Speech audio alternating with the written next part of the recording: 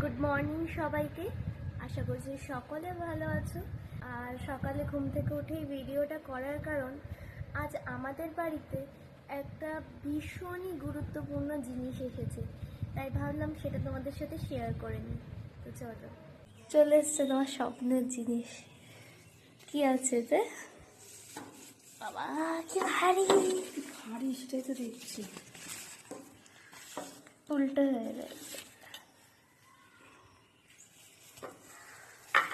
আমাদের বাড়ির name plate, মায়ের ঠিক করা নাম। মায়ের নাম সবসময় ইউনিক হয়, আমার নাম ইউনিক। হ্যাঁ, আবার বাড়ির নামটাও ইউনিক। এই নামটা রাখার কারণটা বলো। এই নামটা রাখার কারণ এই যে মাতৃছায়া, এই নামটার বরঞ্চ ভালো বিশ্লেষণ কালকে হোয়াটসঅ্যাপে সন্তুদা বলেছে, খুব সুন্দর বলেছে। তো সন্তুদার খুব বলেছে নামটা একদম খুব পছন্দ, মানে একদম যথার্থ নাম হয়েছে।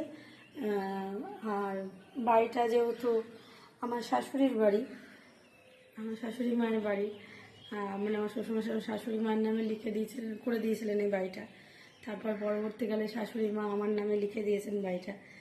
একতলাটা ছিল আর মা দোতলাটা করছে, তা একতলা দোতলা দুটোই দুজন মায়ের দান, তাই মাতৃছায়া। তাই আমরা বড় হয়েছি, তাই মাতৃছায়া। আর আরও ভালো ব্যাখ্যা করে দিয়েছে আমার দাদা সন্তুদা। আর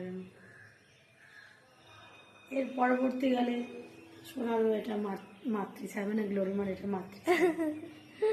হ্যাঁ, তা ঠিক। কারণ আমার মামা হচ্ছে যদি যদি দিয়ে যায় আমার মা, তো তাহলে সেটা আমারও মায়েরই দান। মানে আমার ঠাকুমা, দিদিমা আর আমার মা তিনজনে মিলে আমার দিয়ে যাবে বলে আমার মাতৃছায়া।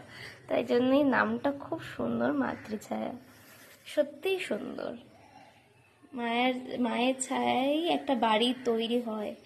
একটা সংসার কিন্তু বা একটা বাড়ি কিন্তু আমাদের মায়েরা যদি না গোছায় তাহলে কিন্তু সম্ভব নয়। আমরা মেয়েরা যদি না থাকি তাহলে সম্ভব নয়, যতই হোক। তো সেই জায়গা থেকে নামটা সত্যি একদম অ্যাপ্রোপ্রিয়েট, মাতৃছায়া। চলো টাটা করে দাও। কি মজা! খালি আমার শাড়ি শুটের সময় না, খালি আমার হাইয়ের ফটো তুলতো, এখন ভিডিও করার সময় আমি মাঝে মাঝে হাই পেয়ে যাই। কি মজা!